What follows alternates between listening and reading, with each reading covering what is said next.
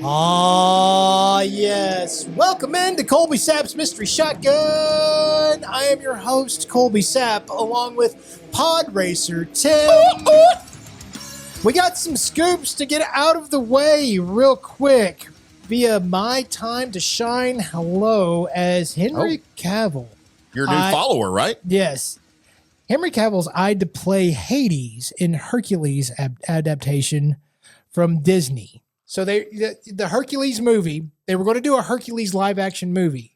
Right. But it looks like they're going to just make it about Hades, the bad guy in the Hercules Disney movie. And that guy is going to be played by, well, they're eyeing him to be this guy is Henry Cavill. So didn't we just establish Henry Cavill's going to be in something else that we talked about a couple weeks ago? I don't remember what it was. He's been thrown around in a bunch of stuff because obviously he did really well as Superman and I like him. He's good. And so he's really played the part as and going through this. So everybody's wanting him for their next spot. You heard the story about, this was funny, going back to when he first started playing Superman and he wasn't like hugely famous yet. Right. Over in England.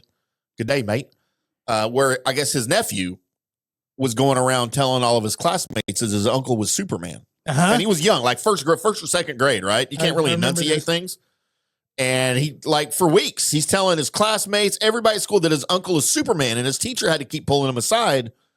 Look, that's great that you think that, but look, it's sometimes there's lies that you should and shouldn't, whatever. You can't say that. You can't tell lies. I'm not lying. My uncle is Superman.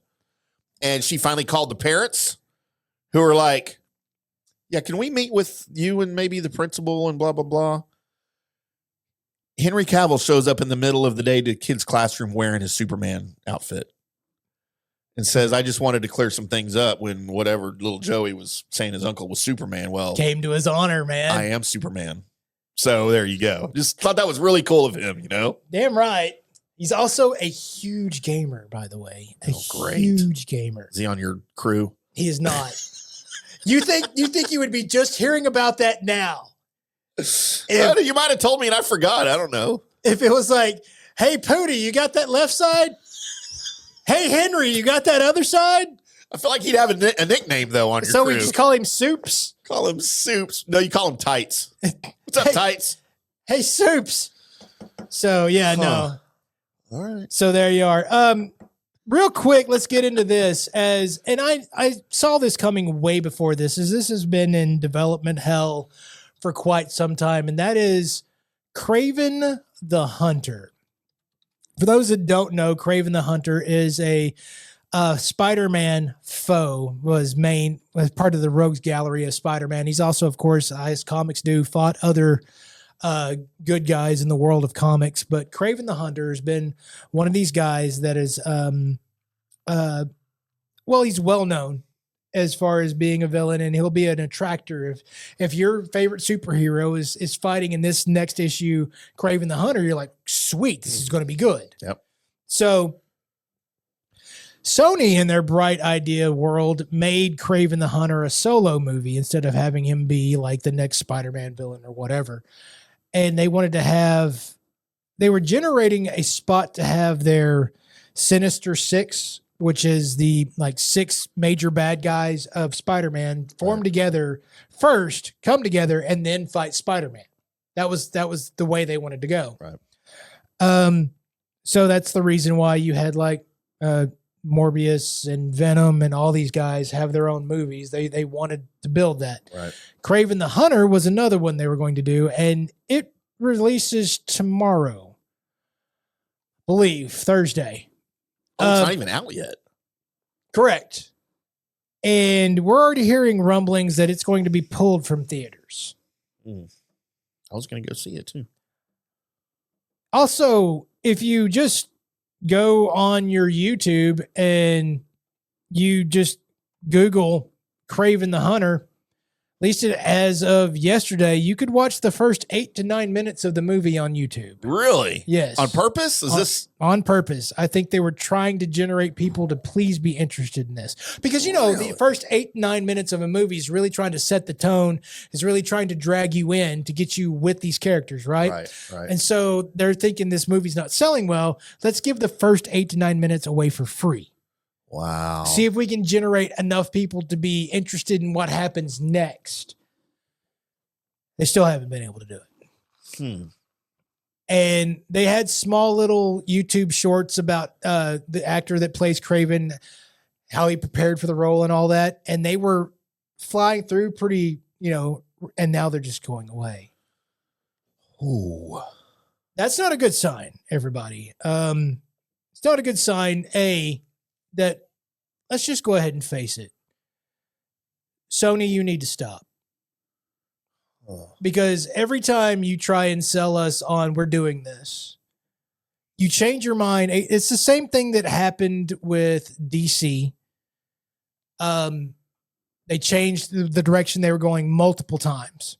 By the way, DC's Creature Commandos out on Max. It's actually really good. Yeah, I actually saw a commercial for that for the first time. I had no idea it was when it was coming on, and I saw the trailer for it on whatever on YouTube TV. Yep. It looked really, really enticing. I don't have Max though. I'm gonna have to go buy Max again. It's the first 2 episodes are out, and it's a really good watch, and it's a good setup or an appetizer for what will be the Gunverse. So hopefully, really? Yes.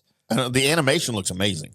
That's one of the things that DC's always had. Yeah. Is their animated side was really good. So keying on that with good subplots. And the thing that I love, not getting into too much of a tangent, by the way, rest in peace, Kraven the Hunter. Stay hard. The thing that I really like is what James Gunn's doing is he says that every person that plays somebody or voices a character in any of his animated stuff, if that character ever comes about to be in live action, the voice actor is going to be the person that portrays them. So he's not okay. So like if you get used to, say they do an animated film before like Batman, their Batman is released, right? Right. If you get used to that character's voice with the storyline and then you find out who's playing him is a different person, it's like, oh, it's not the same person. It doesn't sound the same. Yeah. Right? That's not going to be the case. He's going to sound like him because it is going to be him. Right. So if you see that somebody has, got the role of one of your favorite characters in an animated form, just know that they have that role going forward.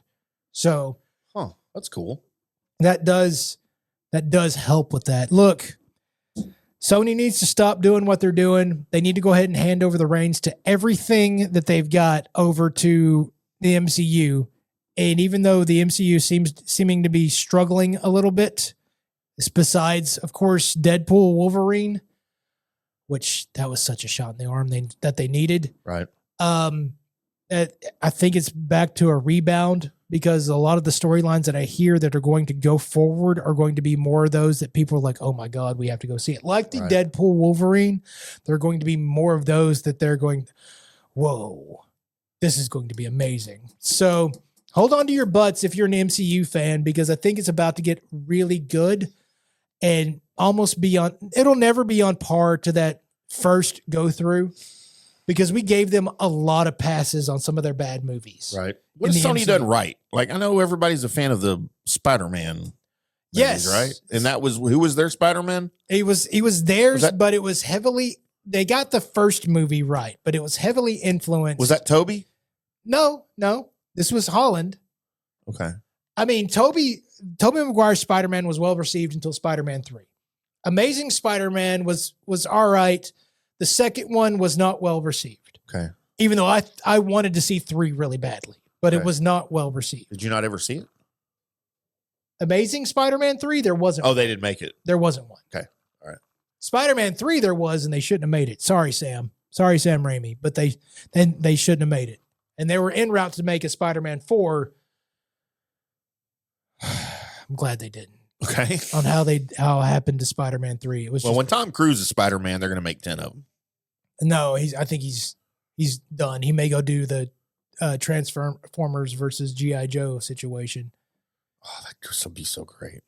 He might go do that. So as Maverick, right? As he just pulls up and he's like, "By the way, F-14. We're just rewriting history. He's a member of the G.I. Joe canon."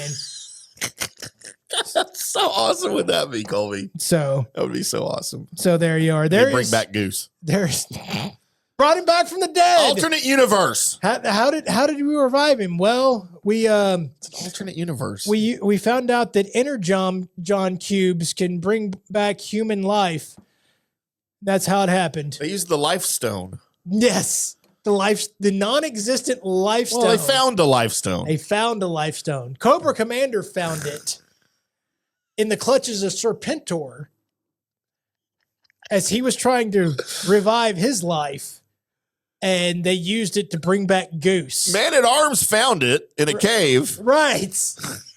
When he was hanging out with Tila and he wasn't supposed to be. Because He-Man was off camping somewhere. Right. With Skeletor, which was weird. You hit Skeletor on a camping trip with their dogs. Golly. We should write a screen movie thing. Screenplay, that's what I was trying to say. Screen movie thing. I like that. And Cringer got tired of being Battle Cat, so he just ran around, did stuff. Dude, Battle Cat was my favorite, man. Battle Cat was a lot of people's favorite, especially the toy Battle Cat. That looked amazing. I mean, I was a little old to have He-Man Battle Cat toys and that. Even though it didn't move, it was just it was a toy that was a statue. It didn't move. It was just a toy. Yeah, but it should have moved. Most girls toys don't move. They vibrate. I mean, well, they catch a good vibe. So there you go. There is your mystery shotgun. Coming up next, we've got our NFL picks against the spread. We might do some bracket talk, but we're definitely doing news and notes. That's all coming up on the Colby Sapp and IndyCar Tim Show.